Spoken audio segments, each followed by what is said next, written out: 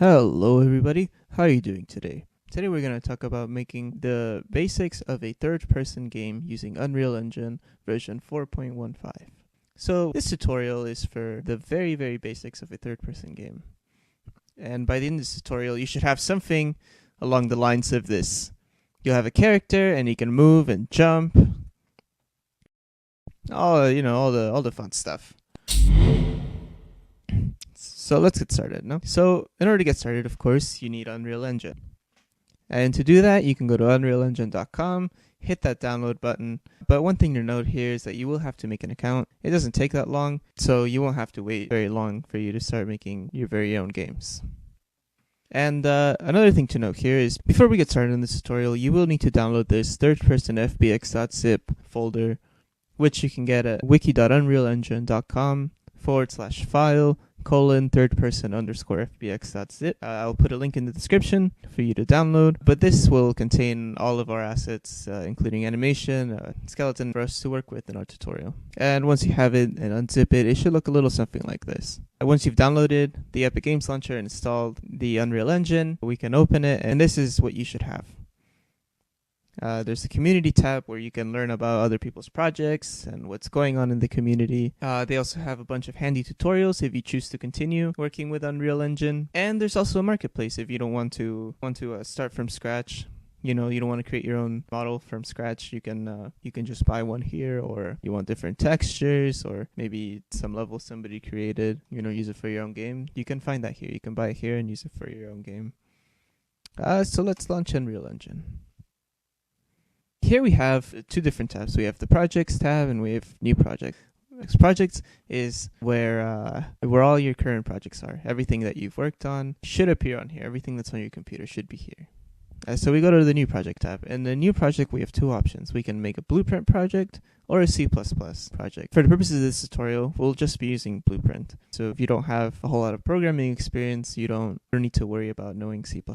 But one thing to note here is that most complete projects will use both Blueprint and C++. Picking one over the other just determines your starting point in the project. But of course, for this tutorial, we're going to keep things a little simple. So to start our project, we're going to start off with a blank Blueprint project, and we're going to name it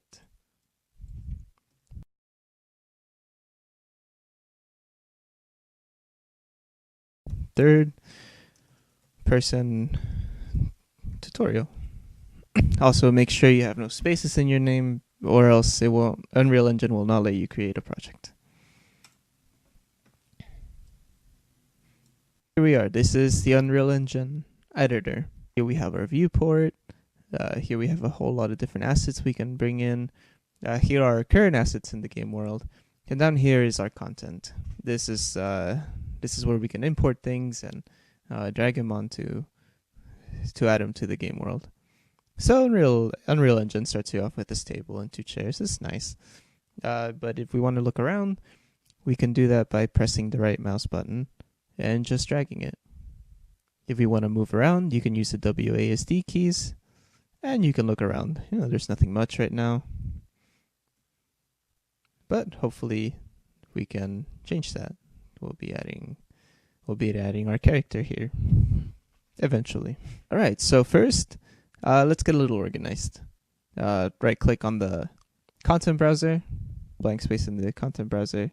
Create a new folder, and let's call this character or characters, if you plan on continuing with this. All right, in our characters folder, it's empty. It's in a brand new folder. So what we want to do is get the mannequin file from our FBX assets that we downloaded, and just drag it. You should be able to just drag and drop into the Unreal editor. And you're confronted with this dialog box. Right now, we're not really going to worry about changing any of these. So just go ahead and click Import All, or Import. There's only one. You'll get this message, but don't worry about it. Your computer's not freaking out or anything. You're fine. Just ignore it. All right, so we have our mannequin, and as you can see, we have three different components here. One is the mannequin. This is our skeletal mesh, which in layman's terms can be described as a skin. And here we have our skeleton. And skeletons are very important because they can cut down a lot of the work for you.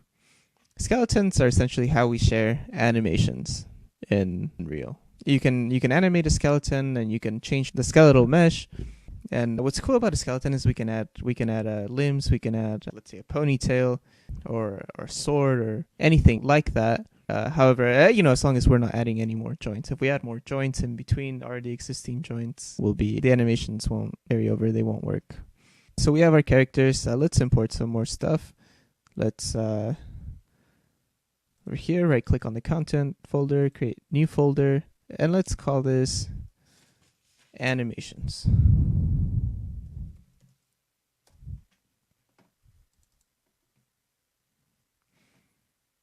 And what we're going to import to animations is everything except for the mannequin. So to unselect, you can select everything with shift, select the first one, the last one, hold shift, and to unselect the mannequin, just hold control and click on mannequin.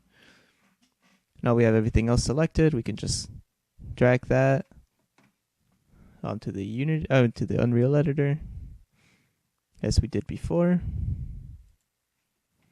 There we go.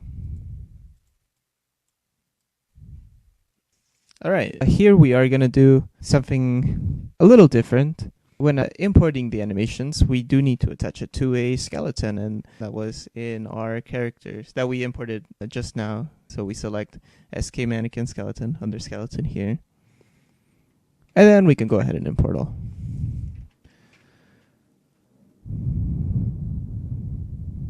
And don't mind this message. The skeleton used to have a coat, and the coat is not in our model anymore, so this will pop up. But don't worry, it's not a problem. Because like I said, with the skeleton, you can add extraneous limbs, and it shouldn't affect the animation. All right, so now we have our characters and animation. Now, if we want to take a closer look at the animations, we can do that by opening Persona, and to open Persona, we just take an animation, double-click on it, and it should open this window, which you can drag onto the other one if you don't want a separate window. But here we have our idle animation. You see, it just loops and loops, and there's our character that we attach the animation to. There's many things to look at in this window. Here's our asset browser. Here's where all the different animations that we imported are. So if you want to just open one, you can just double click it. You should do it. There's the walking. Here's our running animation. Here's our jump. Here's our ending of the jump. And back to idle. Well, we can exit that. So one of the first things that we're going to do in order to create this third-person game is set up our inputs. So to do that, we can go Edit, Project Settings, and you should see this pop up.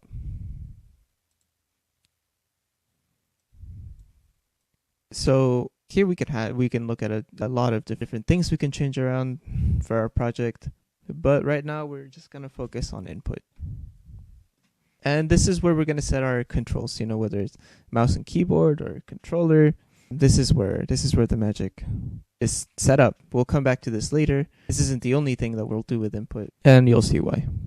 So under engine, we can go to input, and we want to add axis mappings and action mappings. We'll start with axis mappings since that takes the most amount of time.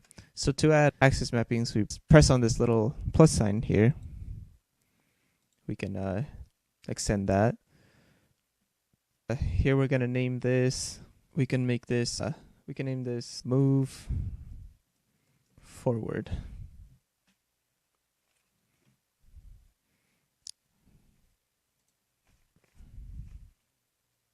And here we can select W, because that's what we'll be using that to move forward. And you want to leave the scale as 1.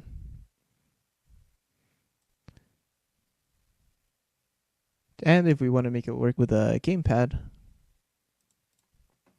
we can find gamepad, and you should normally, to move in a third-person game, you use the left thumbstick, so we can do left thumbstick y-axis, leave the scale at 1. And now move forward will move us forward and backwards. So we want to have S. So we find keyboard S. And in order to walk backwards, to use this as forward and backwards, we can change the scale to -1.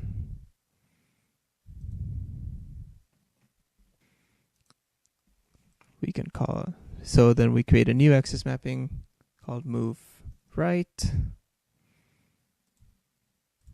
And to move right, we normally use D, so we find D. Keyboard letter D. We can add one more. We could find keyboard letter A.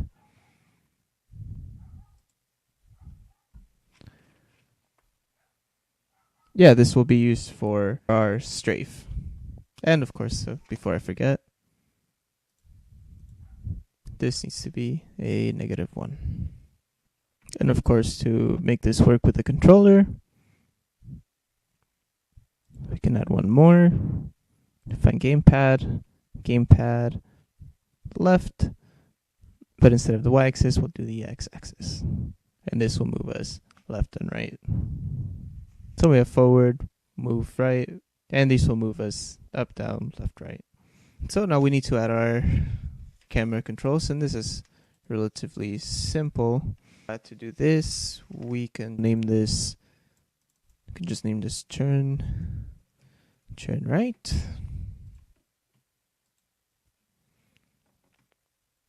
We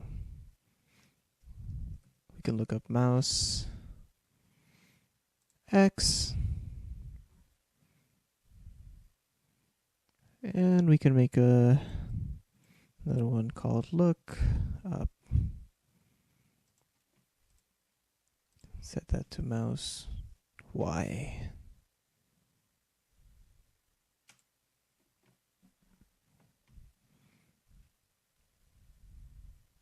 Cool.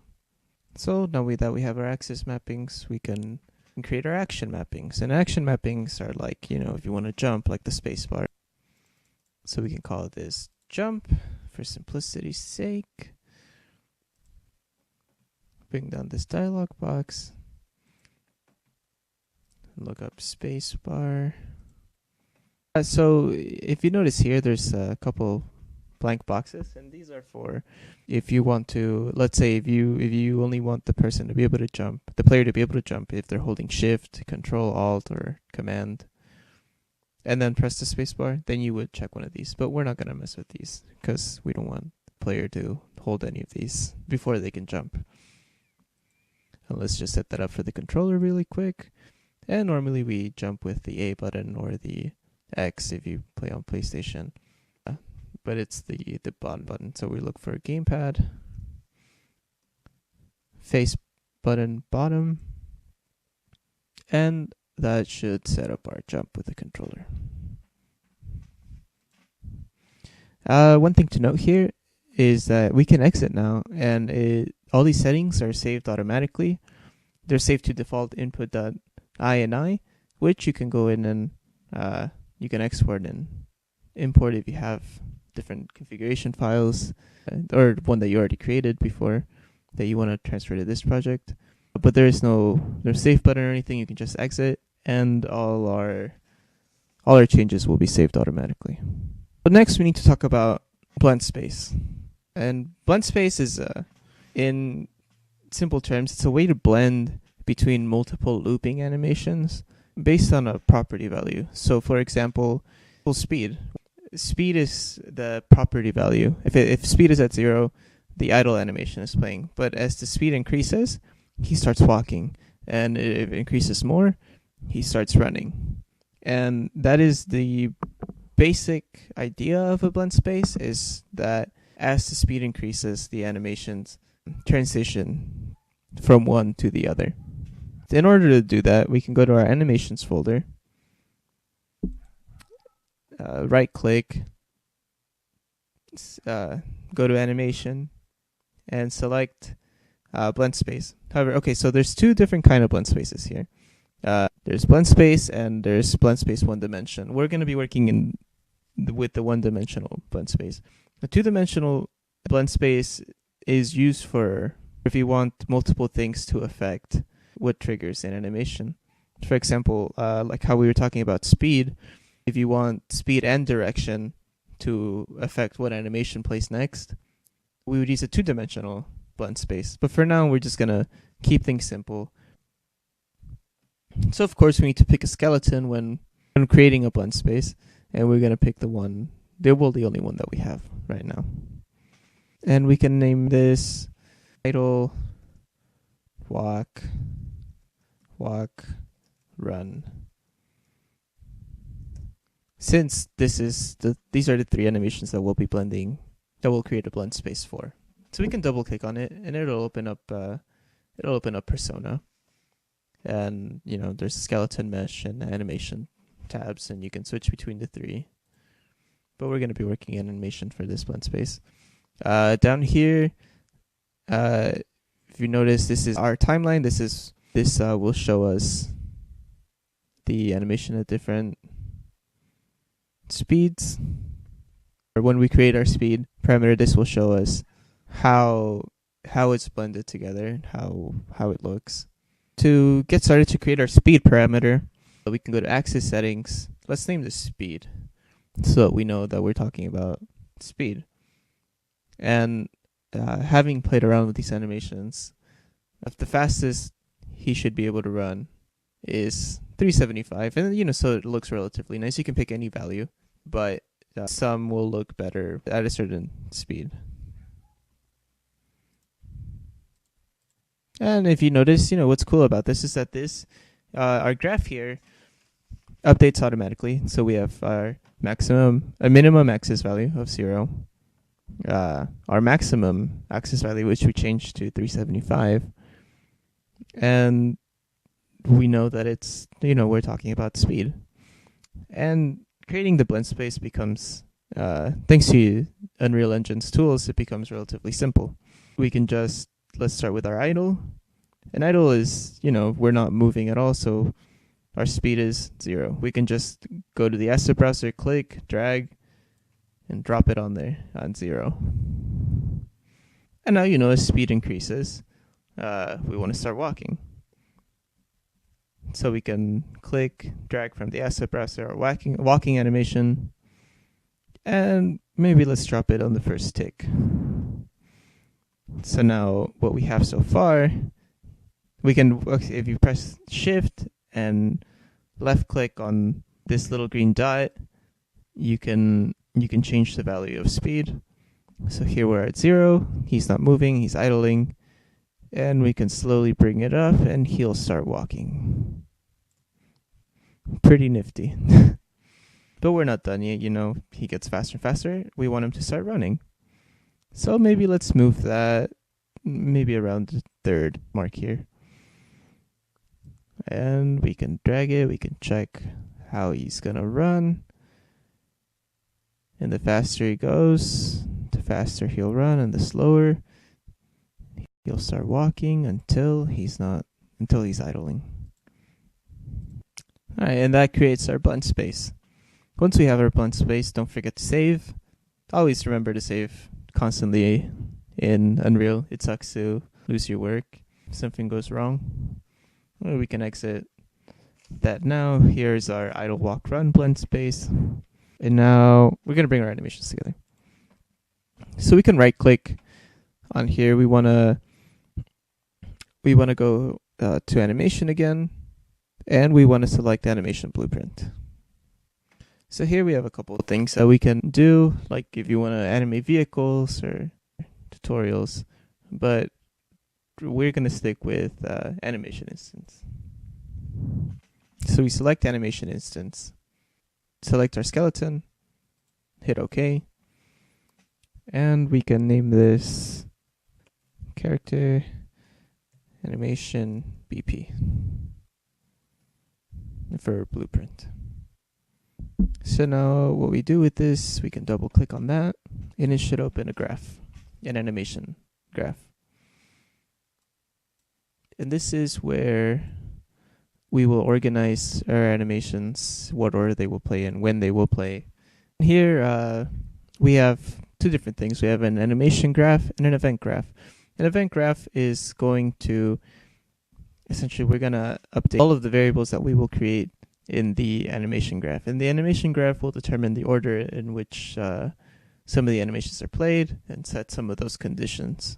To get started, we can right click anywhere on the graph. You can zoom in, zoom out if you want more space. And we're going to search for a state machine. Or we're going to add new state machine.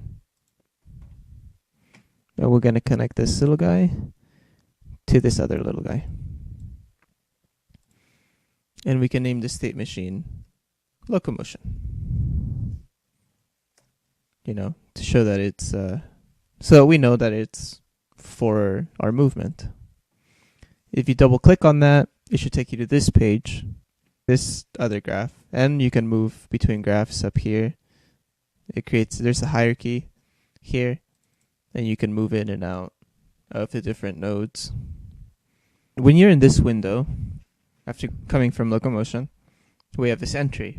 From entry, we can just click, drag, add a state, and we'll call this our idle, walk, run. So now what we want to do here, this is our starting point, our starting state. You can double click on this. Then it'll take us to here. Here, this is where we're going to want to add our blend space. So if you remember, we called it our idle, walk, run. We want to bring this blend space in, take this little guy and connect it to the final animation pose. And notice here that we have the speed variable in which our blend space is based on. In order so we don't have to come back to this box every time we want to change the speed of the character, we can right click on this. We want to make this a variable instead of a fixed value. So we right click on speed and promote to variable. And let's just call this variable, for the sake of simplicity, speed. Or consistency.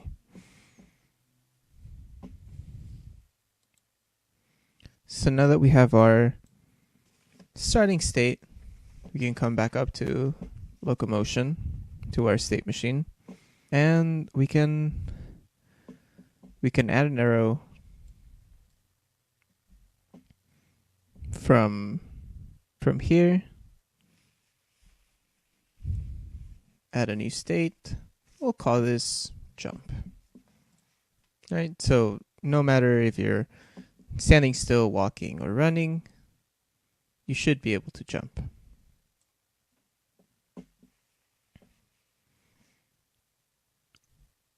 So in our jump, we double click on it. You want to bring in our jump animation, our jump start. It's going to be the start of our jump, and we want to connect it. Nice and simple. However, this poses a problem because we can't always jump, right? If you're in the middle of the air, you can't jump unless you want to add a double jump to your game, but we're not going to do that here. So if we go back to locomotion, we can double click on this transition, and this transition allows us to make the rules for the transition conditions, in other words. So this will allow us to set that. Here we can create a boolean by dragging this back, promoting to variable, and we're going to name this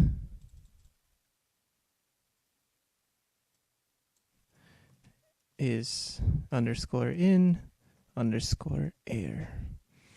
And this will tell us if it's in the air. So now that we have our jump, we can repeat that for our jump loop, which is what will happen, the animation that'll play when our character's in the air. So we can name this jump loop. And again, we do the same thing. We go here, we want to add our animation. Should be third person jump loop. Under animation. And we can connect it. Cool. And again, we need to set conditions for when this will start playing. So what we're going to do here is double click on that transition, right click on anywhere on the graph. We're going to add a ratio. The time, lookup time remaining, ratio, third person jump start. So this will tell us how much time there is left in the other animation. And we want to make sure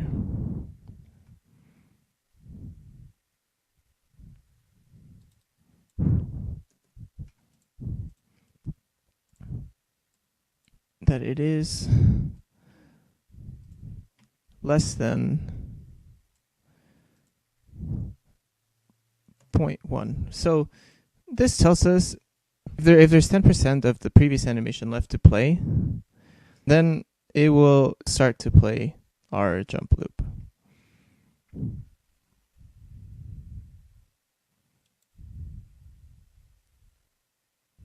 Now that we have our jump loop,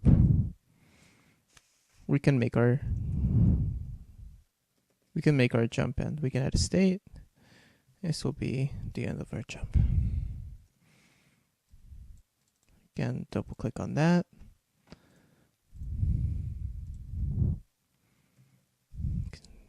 Add our jump end and connect it. Oh, and connect it.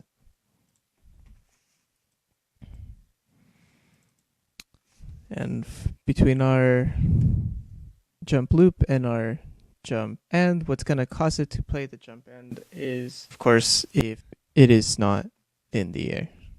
So we can get is in.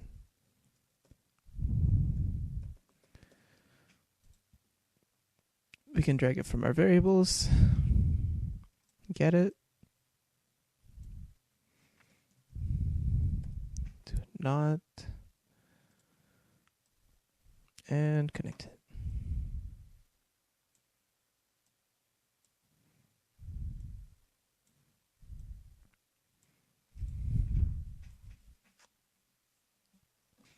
Can go back to our state machine,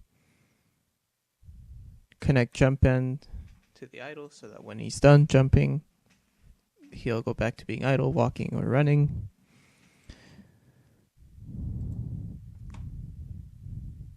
And here we can do what we did before in the ratio.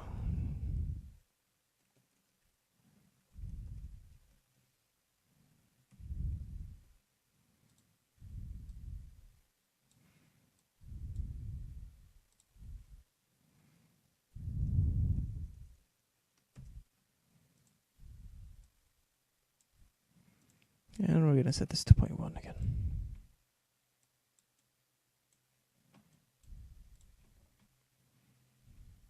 So that about does it for our state machine. And we can move from an animation graph to our event graph. So Unreal Engine likes to start you off with this event blueprint animation, which is pretty much what we'll be starting with. However, we also want to add a try get pawn owner. So a pawn in Unreal Engine is essentially a character. And this will refer to our character. So the event graph, like I said before, is where we are going to update all our variables that are all our variables, whether it's it's in the air or speed. From event blueprint update animation, we can click and drag from the white arrow, and we want to add an is valid node. So what this will tell us is if there is a character, if our input is valid, um, it'll check it'll check if we have a character, so that we do not overflow our input log. We're not just, if we type something in, it won't add to it. It'll check for valid input, and we want to connect our owner to here. Our pawn owner to is valid, so we're checking if it is or if it's not valid. If there is a character or not. So from here, from the pawn owner node, we'll make another link. And what we want to do is add a get movement component.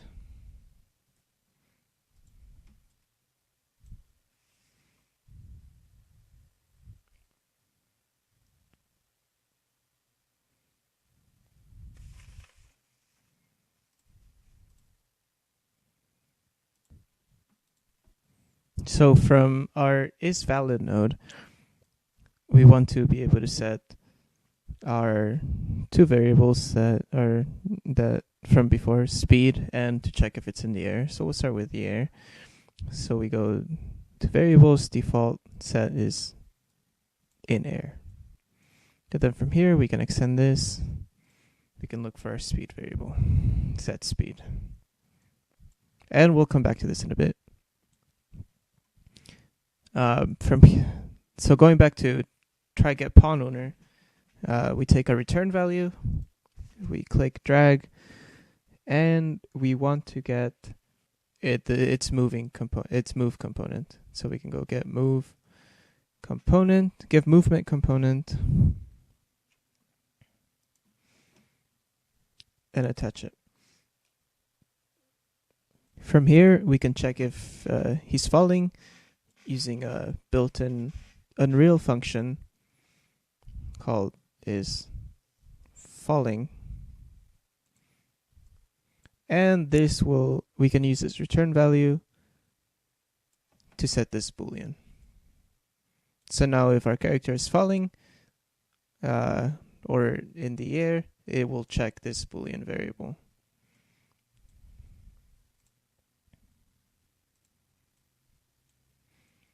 So now we have to set up our speed, because we can't have speed just be 0 all the time. So we go here, we make another extension here. But instead of getting the movement, we want to get the velocity.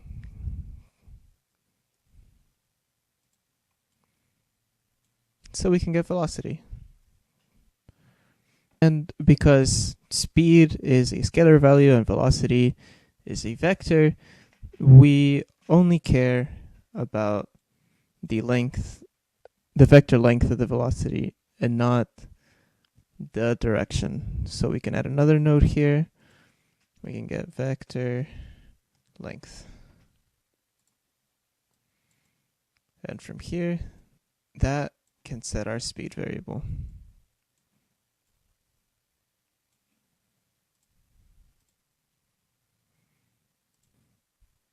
And now our event graph and our animation graph are both ready.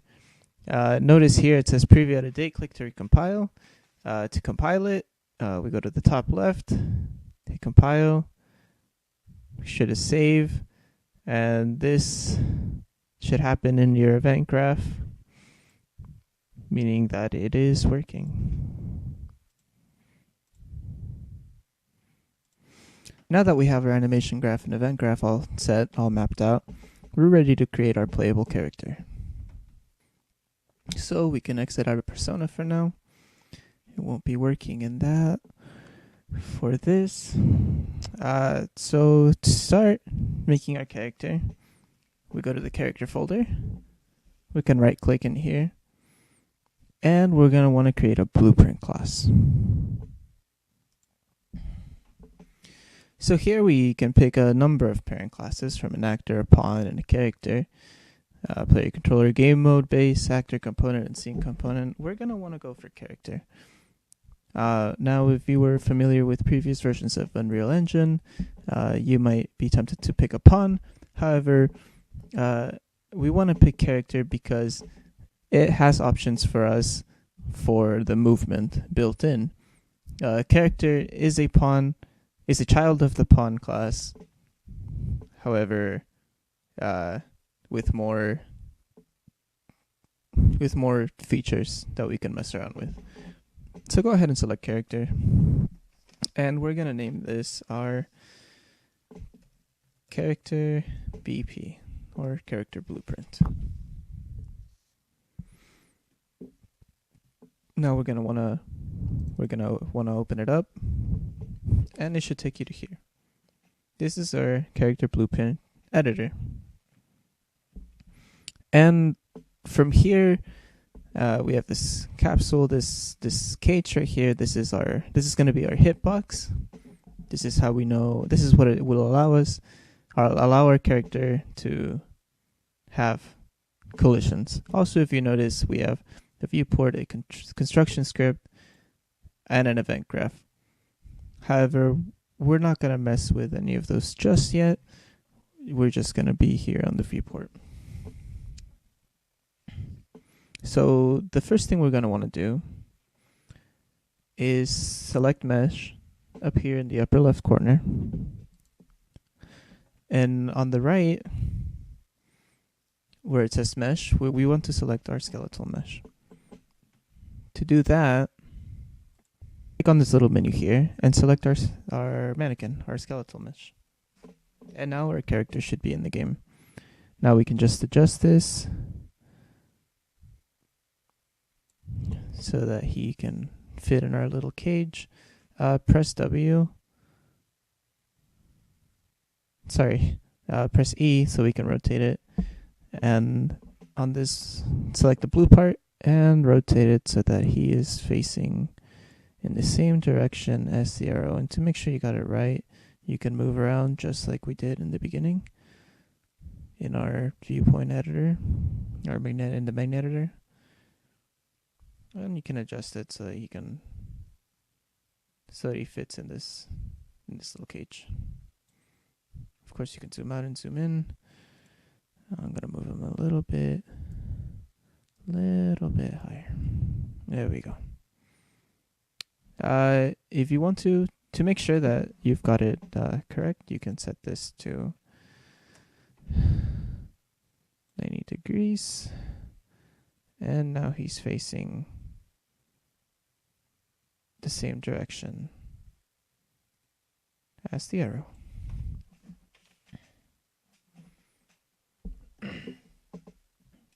Here are transform values, so this will allow you to manually set the position of the character. So now above our mesh, where we just messed around with putting in our mannequin, here in animation, we want to use an animation blueprint that we created. And in order to do that,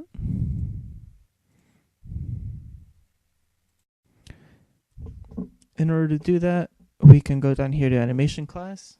Make sure this is set to animation blueprint. Use animation blueprint. We go to animation class and select the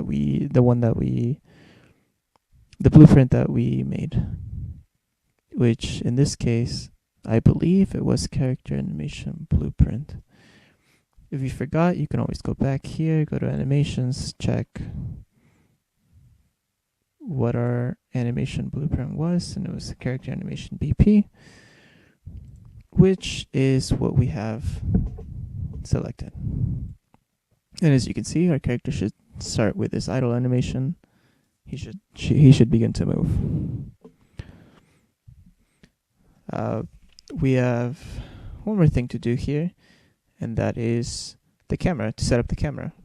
So in order to do this, we want to go up to the top left, add component, and we want to look for a spring arm. So a spring arm works like a camera boom or a microphone boom. This is what's going to hold our camera in place. And, we want to move it up a bit so that it's facing the character's back.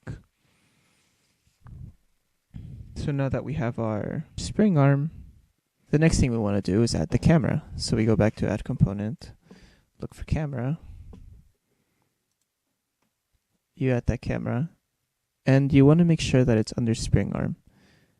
If it is not under spring arm, if it is its own separate thing, you can always click and drag it on top of spring arm, and it'll make it a child of spring arm in the hierarchy. So now, as you can see, the camera will follow the character from behind.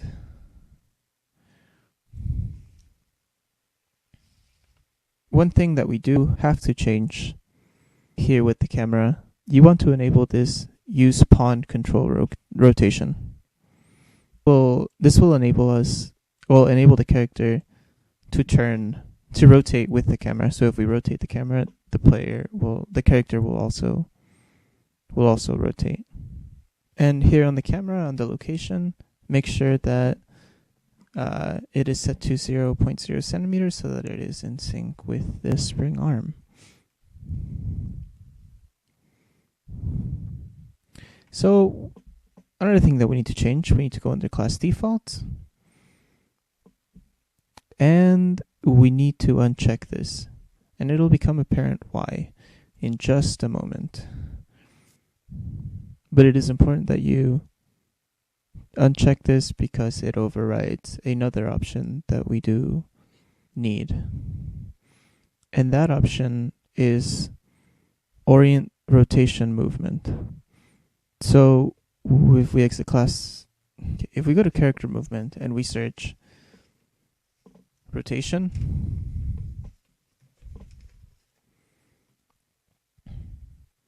we're able to set orient rotation movement. And if you hold your mouse over it, you can read. As you can see, since we had use controller rotation, that would have overridden the orient rotation to movement. So now we can compile and save.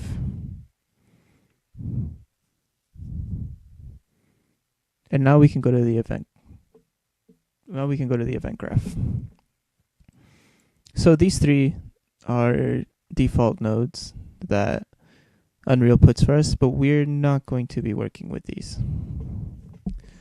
So you can go ahead and drag your mouse somewhere where you can't see those. And we can get started. So here's where we're going to add our movement input from before. Remember, in the beginning of the tutorial, we assigned different inputs to different things, and this is where it's going to come together. So the first node that we're going to add is our move forward. So we look up axis, move forward, and now there's two different things. There's axis values and axis events. What we want is the axis event.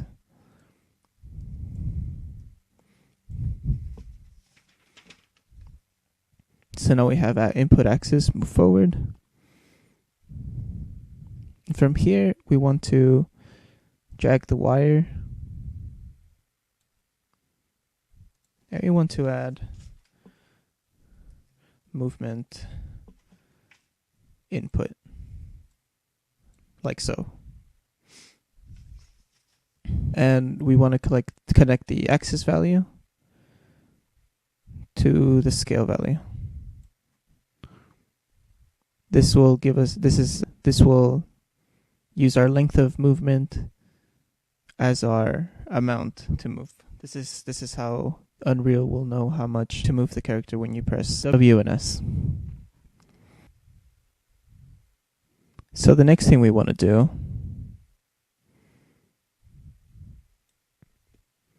the next node that we're going to get is called add.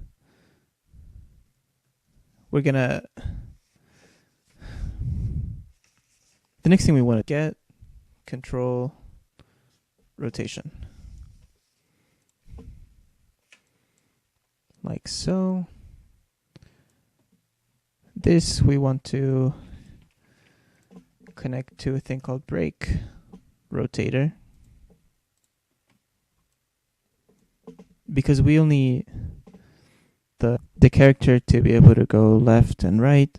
All we care about is the yaw. So we can connect the yaw to make rotator. And by default, it'll connect to the x-axis, the roll, but we need to change that to connect to the yaw, to the z-axis. So we hold Control, click, and drag down. And this will make sure that our character is only rotating on the z-axis. From here, we can connect this. We want to get our forward vector. And this will give us this will give us the direction of our game world in relation to the character, and we can hook that up back to world direction.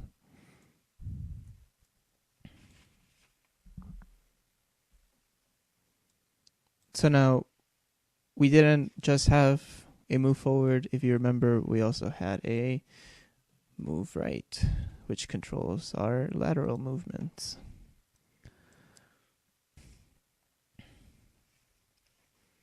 So from here, we do the same. We do something similar. We go add movement input, connect our axis value to our scale value. Here we can actually split our make rotator from before. We can then add a get right vector. From here, we can hook it up to world direction. And this should conclude our movement controls. So we can commentate that by highlighting it, pressing C. This will create a comment box, and we can name this movement.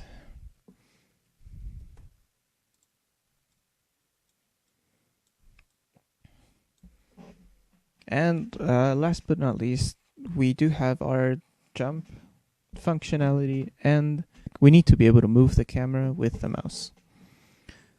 So to do that, it's actually much simpler than the movement. We start it with a turn.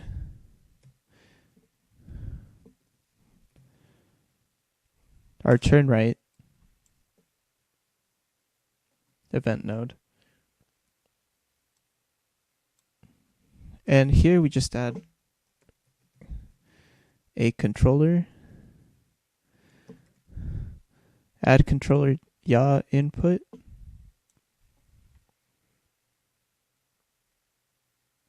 Connect the value.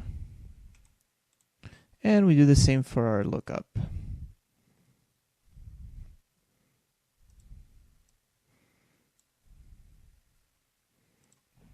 And another cool thing about Unreal is that we can just copy and paste.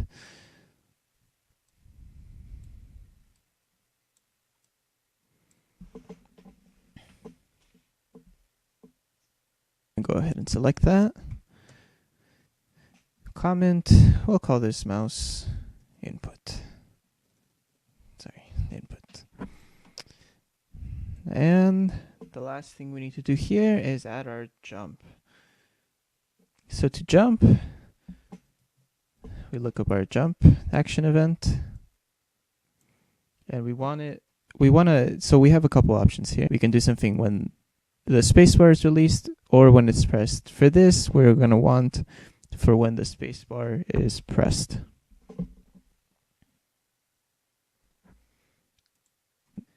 We're going to want to jump.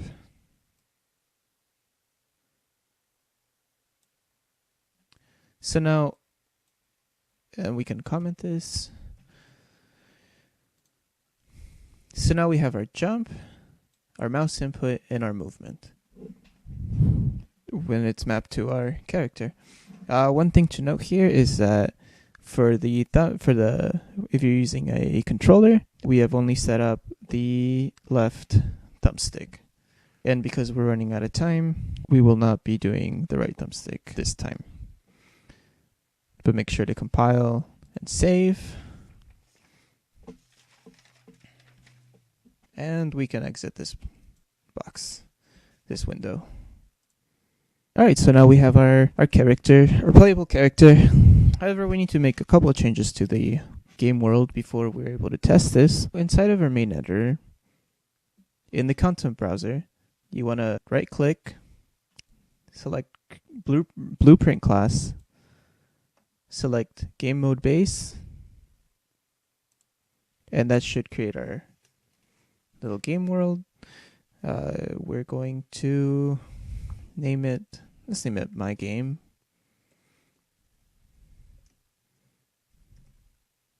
Or My Tutorial Game. Here we can double click and make sure class defaults is selected. From here we go to default pawn class and make sure that we select our character blueprint that we created, so character BP. We can now close out of the window, which will take us back to our main editor. We can go to settings again. This time we can go to world settings, and this should bring up a little tab.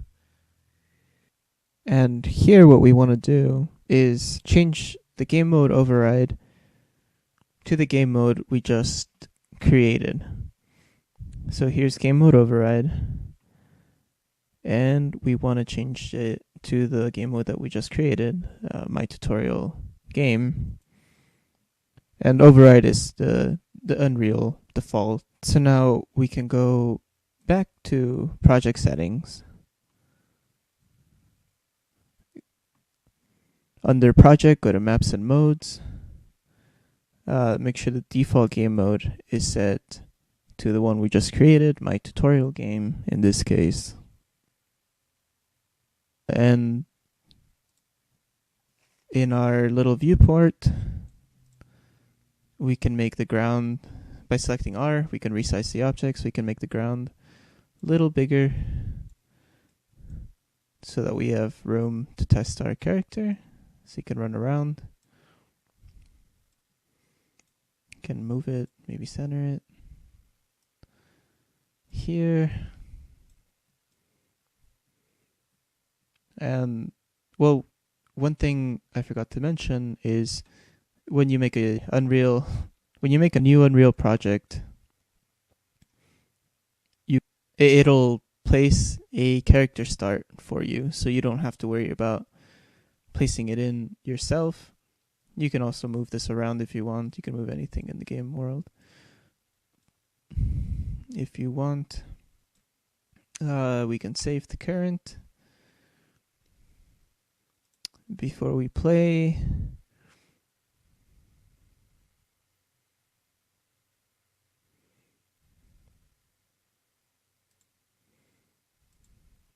Okay, before we play, we can build it to get rid of that message.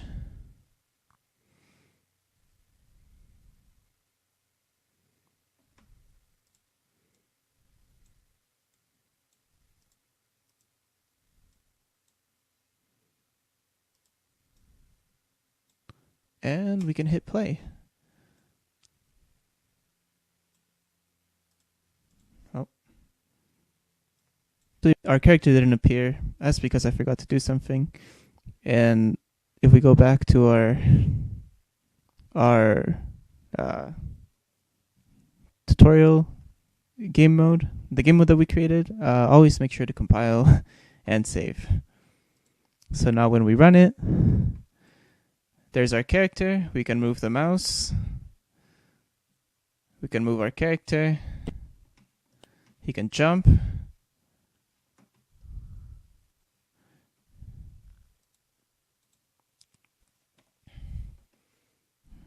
And that's the basics to creating a third-person game. At least the character.